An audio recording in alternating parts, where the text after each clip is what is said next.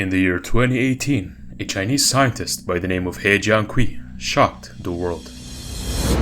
He had just created the first genetically modified humans in history. Using CRISPR, the revolutionary gene editing technology, he claimed to have altered the DNA of twin embryos, Lulu and Nana, making them immune to HIV.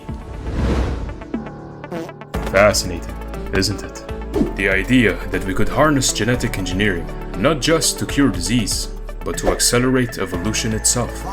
Could we perhaps one day design perfect humans with flawless minds and flawless bodies? Are we blurring the line between man and God?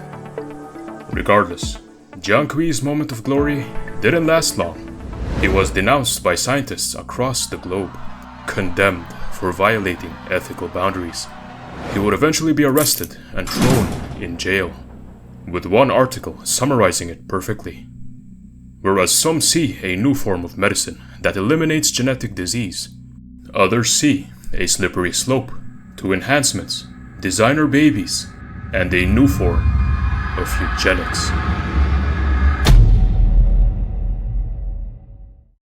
But what is eugenics? The word eugenics comes from the Greek eugenes, meaning good birth or good in stock. It was coined in the 1800s by a man named Francis Galton, the half-cousin of evolutionary man Charles Darwin. Galton lived at a time when the study of genes and heredity was still in its infancy.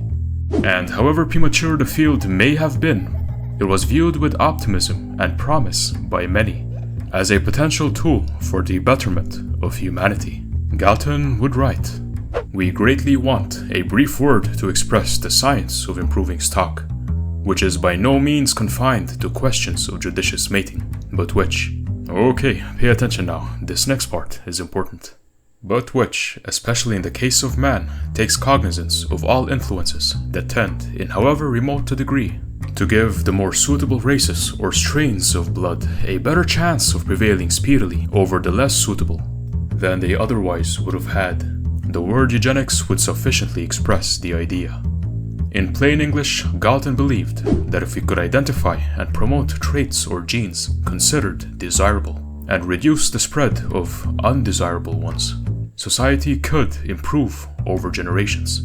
Now, Galton clearly phrased that in a way that would, how should I put this? Get ya boy cancelled today. Also worth noting, this was around the same time that, race science was also gaining popularity. Galton's ideas would spread like wildfire, inspiring intellectuals in the UK, USA, France, Germany, Brazil, Scandinavia, and many more countries. From botched race theorizing, to skull measuring, to full-blown Aryan maxing, eugenics would eventually find itself absorbed into Nazi ideology, leading to its most horrific manifestation. Forced sterilizations, concentration camps, and genocide, targeting those the state deemed as subhuman, people whose genes and existence were seen as undesirable. The Nazis would eventually be defeated at the end of World War II, with eugenics relegated to the intellectual dumpster of history. But did eugenics ever really end? Did it ever really die out? Let me ask you something. What do you think of eugenics so far? Do you like it? Probably not, right? But what if I told you that to this day we still practice some form of eugenics, albeit in a milder, more socially acceptable way? Eugenics in ways you might even agree with. Let me explain. If we re-examine what Galton wrote all those years ago, strip away the more spicy parts, and merely examine the core fundamentals of his ideas, we can get something like eugenics in its bare form is simply the propagation of ideal genes over those perceived as less ideal, concerning itself with the mechanisms by which this can be accomplished. including means other than reproduction alone. Essentially, push the good genes forward while suppressing bad genes, with the hopes that this will benefit humanity in the future. With this interpretation in mind, eugenics is all around us. We'll start off with examples that are more intuitive in nature, and then work up from there. We can all agree that diddling your sibling is no bueno. And many societies agree, which is why incest is taboo and prohibited. Now, while incest laws may have originated for different reasons, you can't deny the eugenic effect, as inbreeding can lead to genetically compromised offsprings. In fact, we can take this one step further. Communities that practice first cousin marriage tend to have a higher risk of manifesting genetic disorders compared to those that do not. So, if the state were to, say, step in and legally ban cousin marriage within these communities for the sake of public health, that would technically be eugenics. A form of eugenics many of us will hopefully agree is a good idea.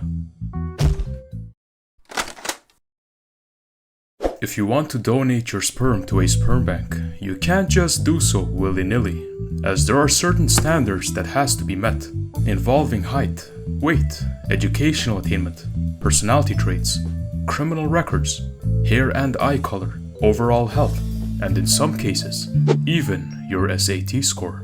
The recipient may then filter out and choose the best option. Simply put, people want what they perceive as good genes. Essentially, eugenics.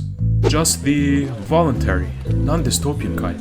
Speaking of sperm banks, has anyone ever tried robbing one? A man identified as Eugene Dingleberry burglarized a local sperm bank. He got away with 1.6 gallons of... Okay, moving on. So, you've got the baby batter. Now what?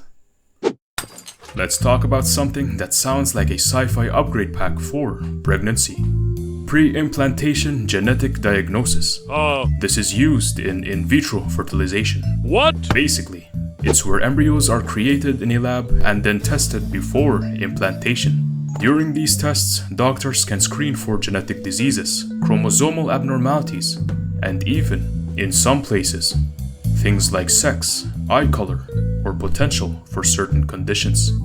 Basically, you can choose the healthiest embryo, and perhaps in the future, the one that looks the most like a potential Harvard graduate. Now, you tell me, is that not eugenics? Because while there is no evil scientist trying to create the master race, we are selecting for certain genes and leaving others behind. Voluntary, yes. Eugenic, also yes. Uncomfortable to think about. Maybe, but it's already here.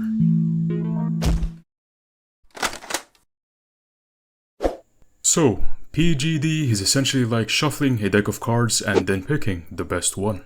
But what if you could edit the cards altogether and tailor it to your liking? I bring you CRISPR, gene editing technology. With CRISPR, we can edit, cut out bad genes, insert new ones, and basically do genetic surgery with the precision of a Swiss watch. Originally made to treat diseases, sure, but let's not kid ourselves. The potential goes way beyond that. Smarter kids, stronger bodies, designer babies with custom settings. We're not just curing illnesses anymore, we're upgrading the firmware. Welcome to the age of genetic modification, with a DLC pack for your DNA. The point of the matter is that we already practice eugenics in several forms today. Along with this, humans do have a tangible sense of what they perceive as good genes. Physically, some of these tend to manifest as a taller height, athleticism, good looks, or overall good health. And psychologically, they may involve higher intelligence as opposed to lower intelligence, discipline as opposed to, say, impulsiveness, well-tempered as opposed to aggressive, empathy, as opposed to, say, psychopathy or sociopathy, good mental health, and many, many more. All these traits have some genetic basis.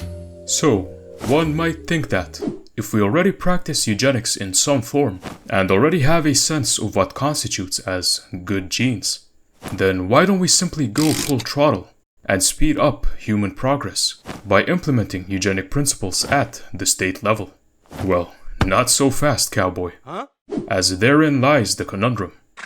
There are 3 questions which I'd say throw a real monkey wrench in any eugenics movement hoping to reach state prominence. These are: number 1, what exactly constitutes as good genes? And I mean really, think about it. Sure, I've given you a couple examples a second ago, but really, think of more nuanced cases.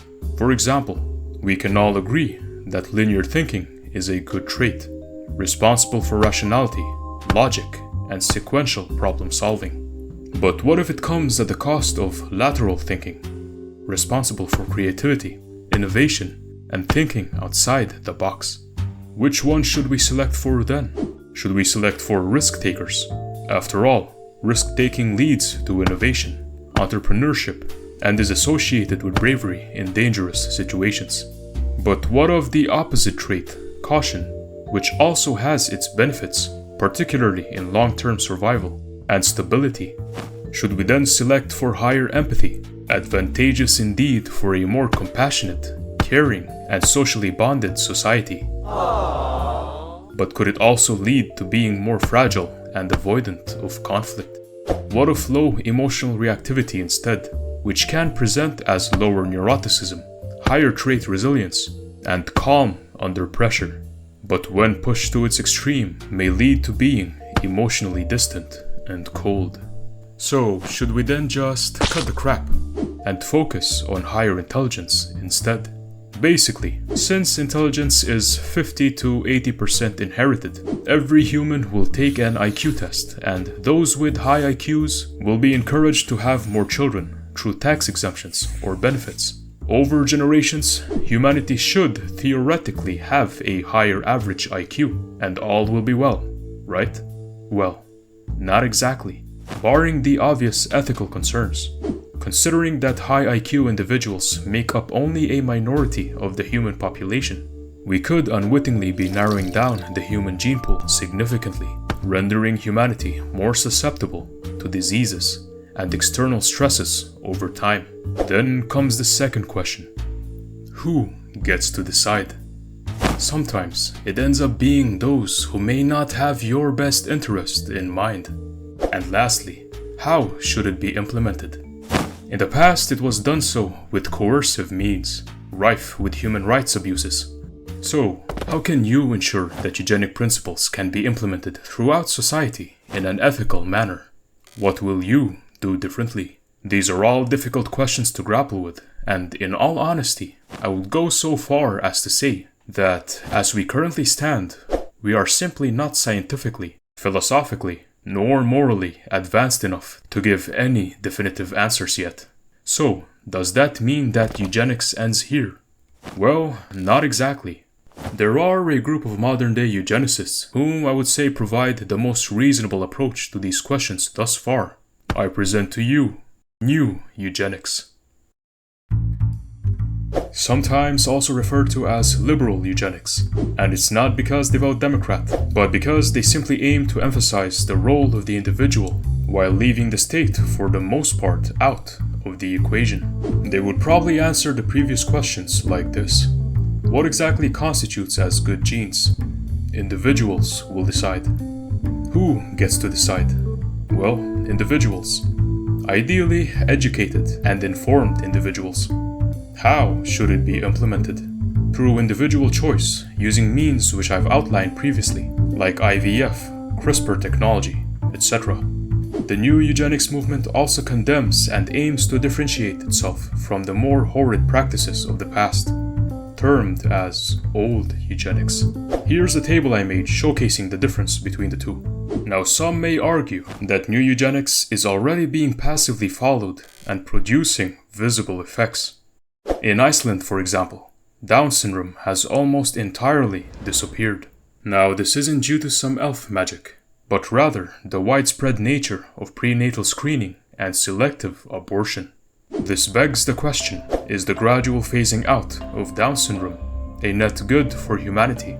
Or could it be seen as ableist, rife with ethical concerns? I'll let you form your own opinions. Regardless, this video is running a bit longer than I'd like, so I'll just wrap things up with my opinion. I believe that within the next century, humanity will gradually shift from Darwinian natural selection to artificial selection, driven by advancements in prenatal testing, screening, and especially gene editing. And honestly, if we can edit out the chances of people being born blind, deaf, with missing limbs, or suffering from debilitating physical or psychological conditions, then I think we should. To me, that should be seen as a noble pursuit. I think New Eugenics presents the most balanced framework we have so far for navigating that future. But who knows? Movements evolve, pun intended, people change, and CRISPR might accidentally make someone allergic to gravity. Only time will tell. What I do know is that some form of eugenics is inevitable. So it's better we talk about it openly now, while we still have the chance to set clear ethical boundaries. Anyways, if you agree, then leave a like. If you disagree, then leave a dislike. And tell me why in the comments below. Why can't you like me? That's all for me. Thanks for watching, and I'll see you next time.